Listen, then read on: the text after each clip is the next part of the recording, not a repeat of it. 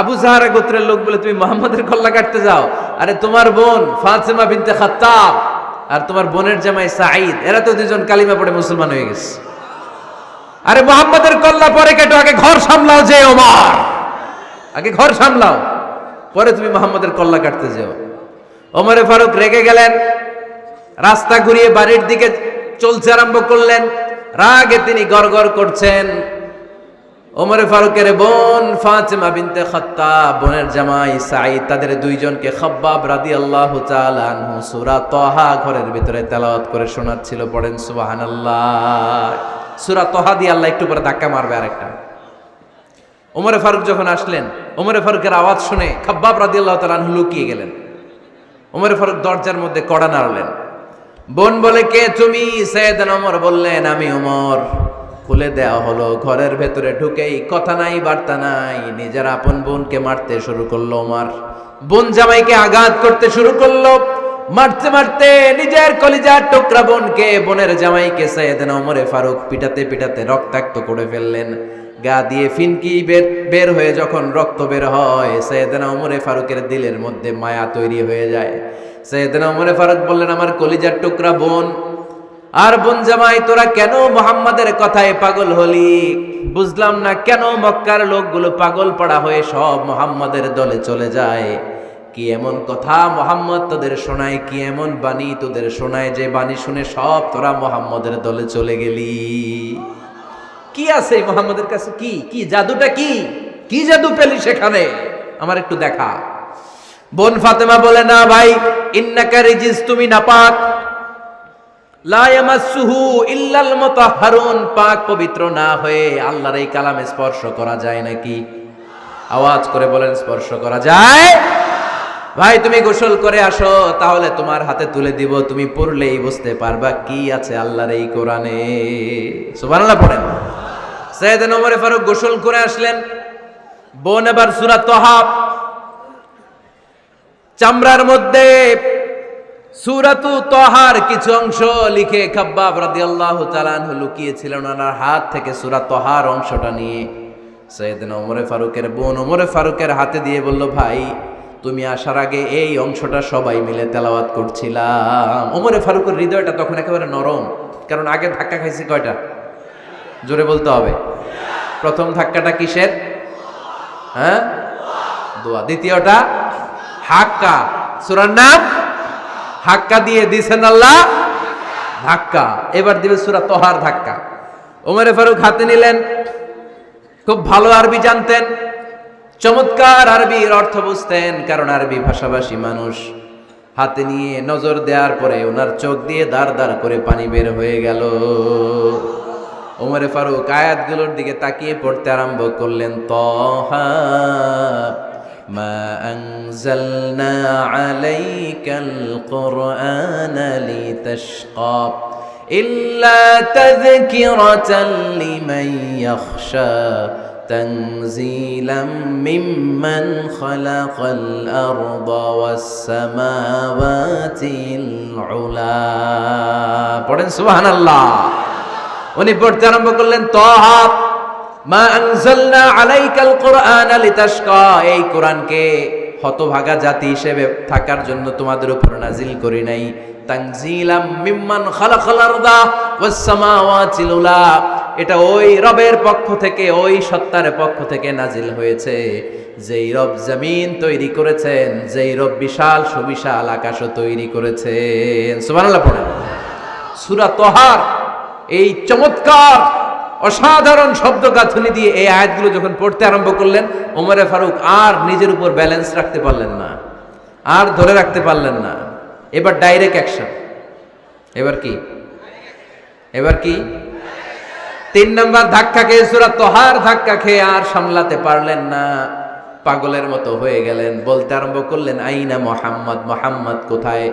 সাইয়েদনা খাব্বাব বললেন, বিশ্বনবী সাফা পাহাড়ের পাদদেশে দারুল আরকাম ইবনে আবিল আরকামের ঘরে বসে বসে লুকিয়ে লুকিয়ে কোরআনের দাওয়াত দিচ্ছে। ওমর, তুমি যদি মুহাম্মদ সাল্লাল্লাহু আলাইহি ওয়াসাল্লামের দেখা পেতে চাও, তাড়াতাড়ি দারুল আরকামের ঘরের দিকে ছুটে যাও। ওমরে ফারুক তলোয়ার নিয়ে ছুটলেন, পাগলের মতো ছুটলেন, আর ধৈর্য ধারণ করতে পারেন না। বিশ্বনবীর নূরানি চেহারাটা একবার দেখার জন্য পাগলের মতো ছুটতে আরম্ভ করলেন। ওমরে ফারুককে দারুল আরকামের কাছে আসতে দেখে বিশ্বনবীর চাচা হামজা ইবনে আব্দুল মুত্তালিব এসে বলে, নবী তাড়াতাড়ি দারুল আরকামের ঘর থেকে আপনি পালিয়ে অন্য কোথাও চলে যান। ওই যে ওমর ইবনে খাত্তাব নাঙ্গা তলোয়ার নিয়ে আপনার উপর আক্রমণ করার জন্য ছুটে আসছে গো নবী। বিশ্বনবী বললেন, ও আমার সাহাবারা, ও আমার চাচা হামজা, সবাই আপনারা সরে যান, ওমরে আসতে দেন, ওমরে বাধা দিয়েন না। কারণ কিছুদিন আগে তাহাজ্জুদের নামাজ পড়ে আমি আল্লাহর কাছে একটা বিশেষ দোয়া করেছি, আমার মন বলছে ওই দোয়াটা আল্লাহ কবুল করতে শুরু করেছে। ওমরে ফারুক চলে আসলেন, এসে কোনো কথা নাই, চিৎকার দিয়ে বললেন, আশহাদু আল্লা ইলাহা ইল্লাল্লাহ ওয়া আশহাদু আন্না মুহাম্মাদান আবদুহু ওয়া রাসূলুহু। আমি সাক্ষ্য দিলাম আল্লাহ এক, অদ্বিতীয়, আল্লাহ ছাড়া কোনো ইলাহা নাই, নিশ্চয় আপনি মুহাম্মদ আল্লাহর বান্দা এবং রাসূল। সুবহানাল্লাহ পড়েন। এই কালমা শাহাদাতের ভেতরে আল্লাহর কথা, আমার নবীর কথা ঢুকিয়ে দিয়েছে কে? ঝিনুকের ভেতর লুকিয়ে থাকে যেমন মতি, ঝিনুকের ভেতর লুকিয়ে থাকে যেমন মতি, কালমা শাহাদাতে আছে আল্লাহর জ্যোতি, কালমা শাহাদাতে আছে আল্লাহর জ্যোতি। পড়েন, ঝিনুকের ভেতর লুকিয়ে থাকে যেমন মতি, ঝিনুকের ভেতর লুকিয়ে থাকে যেমন মতি, কালমা শাহাদাতে আছে আল্লাহর জ্যোতি, কালমা শাহাদাতে আছে আল্লাহর জ্যোতি। পড়েন আল্লাহু আকবার। ওই শাহাদাতের জ্যোতি সাইয়েদনা ওমর ফারুকের হৃদয়টারে উজ্জ্বল করে দিল। দুনিয়ার সব ভয়কে পেছনে ফেলে এক আল্লাহর ভয়কে অন্তরে ধারণ করে আওয়াজ করে পড়লেন, আশহাদু আল্লা ইলাহা ইল্লাল্লাহু ওয়াহদাহু লা শারীকা লা ওয়া আশহাদু আন্না মুহাম্মাদান আবদুহু ওয়া রাসূলুহু। পড়েন সুবহানাল্লাহ। তিনটা ধাক্কা। কয়টা? সবাই বলতে হবে কয়টা? প্রথম ধাক্কাটা দোয়া, দ্বিতীয় ধাক্কা হাক্কা, তৃতীয় ধাক্কা সূরা তাহা। তিনটা ধাক্কার মাধ্যমে সাইয়েদনা ওমর ফারুককে মুসলমানদের লিডার বানায় দিল কে? ওমর ফারুক কালিমা পড়ে মুসলমান হয়ে গেছে। নও মুসলিম সাহাবাদের মধ্যে আনন্দের বন্যা বয়ে গেল। বিশ্বনবী খুশি হয়ে গেলেন, আল্লাহ শুকরিয়া করলেন, আল্লাহ তুমি আমার দোয়া ফিরিয়ে দাও নাই, আমি বলেছি দুজনের একজনকে চাই, তুমি ওমরে ফারুককে দান করেছো। পড়েন আলহামদুলিল্লাহ। এবার ওমরে ফারুক বিশ্বনবীর প্রশ্ন করলেন, নবী আলাসনা আলাল হক, আমি প্রশ্ন করি উত্তর দেন, আমরা কি সত্যের উপর নাই? বিশ্বনবী বললেন, বালা ওমর, আমরা এই সত্যের উপরে আছি, আমাদের কোরআন কি সত্য নয়? বিশ্বনবী বললেন, কোরআনও সত্য। আমাদের রব আল্লাহ কি সত্য নন? বিশ্বনবী বললেন, সত্য। ওমরে ফারুক বললেন, তাহলে ফিমাল ইখতিফা, তাহলে লুকিয়ে লুকিয়ে আর গোপনে দাওয়াতি কাজ কেন? আপনি সত্য নবী, কোরআন সত্য কিতাব, আমার রব আল্লাহ সত্য, আর আমি ওমর কালিমা পড়ে মুসলমান হয়ে গিয়েছি, তাহলে ফিমাল ইখতিফা, আর লুকিয়ে লুকিয়ে কোরআনের দাওয়াত দিবেন কেন? বের হন, মক্কার শহরের মাঝখানে চলে আসেন, চিৎকার করে আমরা আল্লাহর নামের ঘোষণা দেব।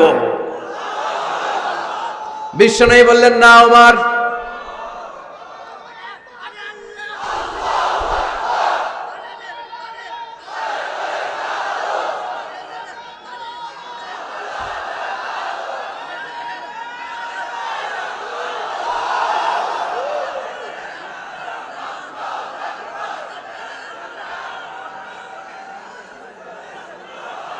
বিশ্বনবী ডেকে বললেন, না ওমর, এটা মাক্কি জীবন, ওমর এটা মাক্কি জীবন, এখানে দাওয়াতি কাজ করব লুকিয়ে লুকিয়ে আস্তে আস্তে। আল্লাহ যখন আমাদেরকে বিজয়ী করে দিবেন তখন আমরা প্রকাশ্যে দাওয়াত দিলে কোনো সমস্যা নাই। সাইয়েদনা ওমর ফারুক বলেন, না ও নবী, আমার উপর ছেড়ে দেন, আমি দেখব, আপনি আমারে শুধু মক্কার জামিনে একটা মিছিল দেওয়ার অনুমতি দেন। কিসের অনুমতি? আল্লাহর নামের তাকবীর দেওয়ার অনুমতি দেন। বিশ্বনবী বললেন, ঠিক আছে, সাবধানে তাকবীর দিও। ওমরে ফারুক তাকবীর দেওয়ার জন্য লোক খুঁজতে আরম্ভ করলেন। নও মুসলিম 11 জন সাহাবাকে খুঁজে পেলেন। কয়জন? ওমরে ফারুক বললেন 11 জনই চলবে। 11 জনকে 2 লাইন করলেন। কয় লাইন? পিছনে 6 জন, সামনে 5 জন। পিছনের লাইনের নেতা বানিয়ে দিলেন বিশ্বনবীর চাচা হামজা ইবনে আব্দুল মুত্তালিবকে। প্রথম লাইনের 5 জনের নেতৃত্ব দিতে আরম্ভ করলেন সাইয়েদনা ওমর ফারুক নিজেই।